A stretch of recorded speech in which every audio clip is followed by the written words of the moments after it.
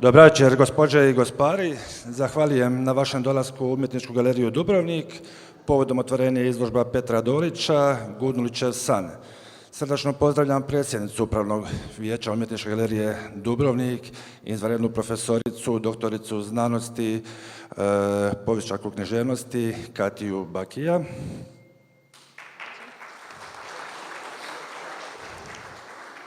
Autora suvremenog hrvatskog kipara Petra Dolića,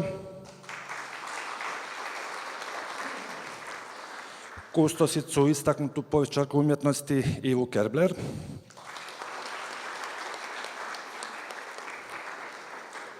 Petar Dolić pripada srednjoj generaciji hrvatskih suvremenih kipara. Njegova djela krase brojne nacionalne i privatne zbirke. Autor je brojnih skulptura u javnom prostoru, nama najznačajnije Vlaho Bukovac u Cavtatu i Župčica u Srebrenu. Za svoj rad također odlikovan je brojnim nagradama i priznanjima. Rodom iz Like, živi i radi u Zagrebu, dok je ljubav prema hrvatskom jugu, našem podneblju, kulturi i baštini traje još od mladenačkih dana, što je zasigurno rezultiralo i tematikom koja se prožima kroz njegov opus, a u konačnici i odabirom naziva izložbe Gundulićev san. Izložba Gundulićev san obuhvaća 20 godina djelovanja Petra Dolića. Izložba sačinjava skulpture, reljefe u različitim kiparskim tehnikama, od stakla, kamena, drva, papir mašea. Upravo se nalazimo u prostoru okruženi velikanima, portretima velikana koji su obilježili ne samo ovo naše podneblje, već hrvatsku kulturu uopće. Gundulić, Držić, Paljetak, Dulčić, Masle i drugi, gdje autor upravo želi istaknuti, zahvaliti i odati počast njima. Nešto više o samoj izložbi reći će nam kustosica u svom govoru. Realizaciju izložbe omogućili su grad Dubrovnik i Ministarstvo kulture i medija kojima zahvaljujemo. Čestitke Petre na izložbi, na sjajnoj suradnji. Znam koliko ti znači grad, Umjetnička galerija Dubrovnik. Znam da nije bilo lako čitavo ljeto odolijevati toplinskim udarima, stvarati, promišljati izložbu. Na kraju, dragi Petre, složit ćemo se, vrijedilo je. Hvala na pažnji.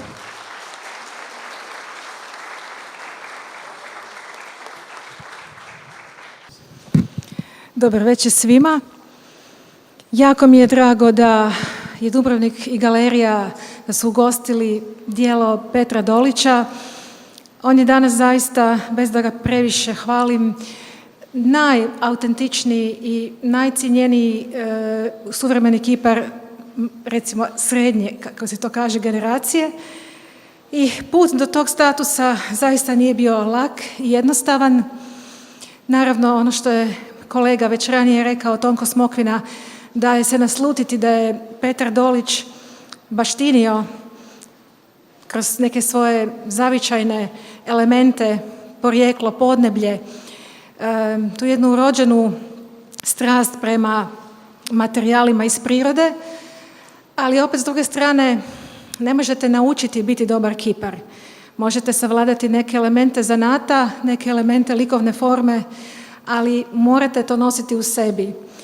I ja bih rekla sa ovim jednim odstojanjem od 20-ak godina, evo mi se znamo još s Likovne akademije, upoznali smo se, ja mislim čak u klasi kod Šime Vulasa, jel da? Dok je Petar bio student, ja sam isto bila studentica i pratim ga od početka i zapazila sam da zaista ima u sebi tu strast koja se stvarno ne može naučiti. On je kipar koji stvara jako brzo, to je velika sreća. Dakle, ne traje taj proces oblikovanja jednog dijela jako dugo, on ne stvara sa mukom, on nije jedan od onih umjetnika koji se muče kako završiti djelo, kad je onaj trenutak kada slikar ili kipar kažu ok, sad je dosta, to je to. On naprosto stvara u dahu.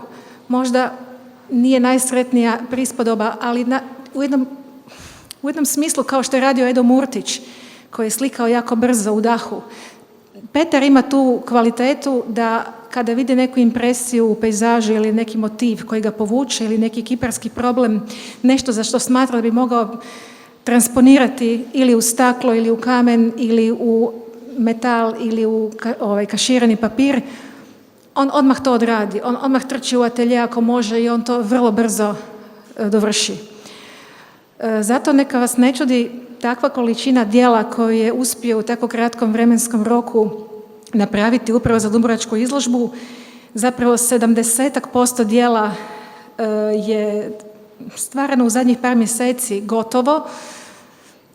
Bio je veliki teret na Petru Doliću. Ja sam isto malo bila pod stresom. Nismo htjeli ponoviti izložke koji su bili ovog ljeta postavljeni u jednako tako zahtjevnoj velikoj izložbi u Splitskoj galeriji Meštrović.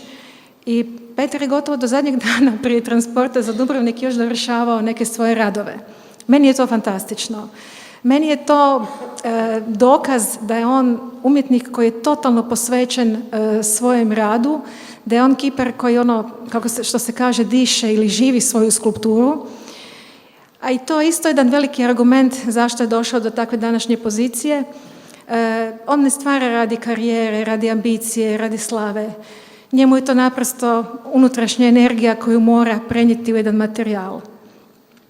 Kritika je puno već pisala o tome, posebice recimo i Šimat Banov i Zvonko Maković i kolega Vinicija Lupis, kako Petar zaista je baštinio tu vrlo zahtjevnu poziciju da se može izjednačavati sa prethodnicima poput Šime Vulasa, poput Branka Ružića, poput Raula Goldonija koji je radio u staklu, pa čak i u nekim elementima te jedne zaigranosti ili mobilnosti koju ćete vidjeti na Katu u novim radovima na Miroslava Šuteja primjerice, ali on je sve to u jednom trenutku odbacio i nastavio raditi na nekoj svojoj autentičnoj dionici.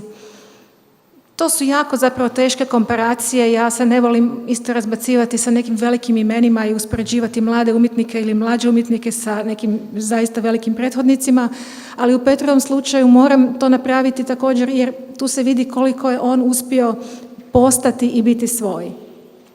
Ne bih vas duže zadržavala, ali evo, drago mi je da zaista su ovdje radovi koji ga predstavljaju u najboljem mogućem svjetlu, da ova izložba na koji način nije reciklirana.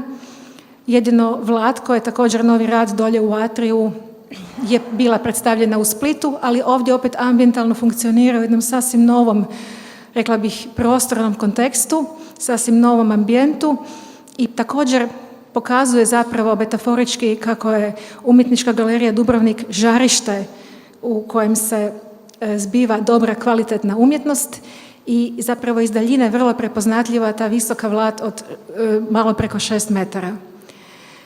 Toliko od mene, neću vas više zadržavati i ostalo je na vama da doživite Petrove skulpture. Hvala.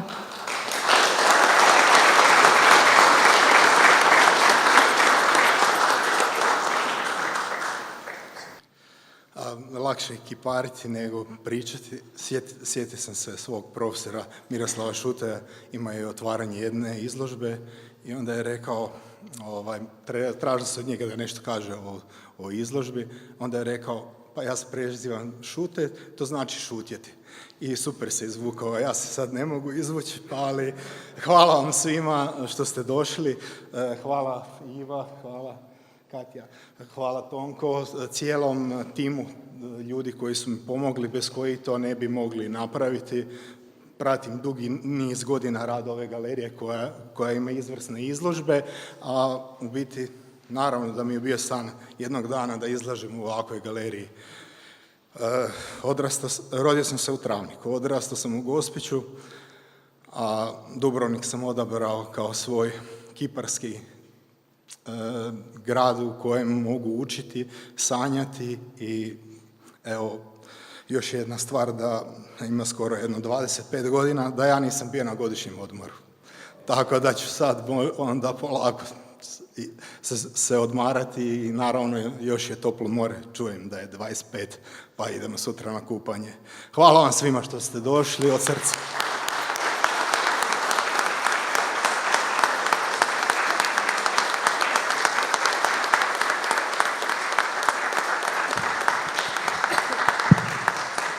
Dobar večer svima. Evo, čuli ste od kustosice, od samog umjetnika o izložbi, o njegovom radu. Ja bih samo u ovoj svečanoj prigodi rekla nešto o naslovu izložbe, o prekrasnom naslovu. Ivan Gundulić je jedan od identitetskih odrednica Dubrovnika, veliki pjesnik baroka, ne samo velikan dubrovačke i hrvatske književnosti, nego njegova djela su u vrhu europskog baroka. Naziv izložbi je po glasovitom platnu Vlaha Bukovca koje je nastalo na poticaj Josipa Jurija Strossmayera, velikog mecene hrvatske umjetnosti, i to je zapravo poznati naslov, ali tu sliku znamo i po njenom opisnom nazivu Gundulić zamišlja Osmana, jer doista je Bukovac mačicu, kako su u Dubrovniku zvali Gundulića, naslikao da u jednom snovitom prostoru razmišlja o prizorima iz svog velikog dijela Osmana, vjerojatno o prolaznosti slave i moći i svega ovozemaljskog, vjerojatno razmišlja o taštoj ljudskoj oholasti koja što više stere krila to će paka niže pasti, ili onom svom medievalnom kolu sreće koje vrteći se uokolo ne pristaje i tko bi doli sad je gori, a tko gori doli ostaje. Dakle, vjerojatno, ja nisam stigla previše umjetnika zamarati prije zašto se odlučio za ovaj naslov, ali ja vjerujem da on nipošto nije neočekivan ni slučajan. Dubrovnik sa svojom bogatom književnom i kulturnom baštinom trajna je inspiracija umjetnicima, a Petar Dolić je jedan od pozvanih, rekla bih ponukanih, izazvanih da kroz svoje viđenje u svom mediju uroni u dubrovačku bogatu baštinu. Bilo da je riječ o velikanima koji nas okružuju ovdje iz renesanse, Držić, ili je tu naš Gundulić, ili preko puta suvremenik kojeg smo evo nedavno izgubili, Luko Paljetak, zapravo je to uranjanje u Dubrovnik i sve ono što Dubrovnik znači u hrvatskoj kulturi. U ovoj prigodi, evo samo neću vas više zamarati, nego ću doista iskreno čestitati umjetniku, kustosici Ivi Körbler, cijelom timu umjetničke galerije koja je iznijela ovaj zahtjevan projekt i vama, ravnatelju, i preostaje mi da doista uz veliko zadovoljstvo izložbu suvremenog hrvatskog kipara Petra Dolića u Umjetničkoj galeriji Dubrovnik proglasim otvorenom.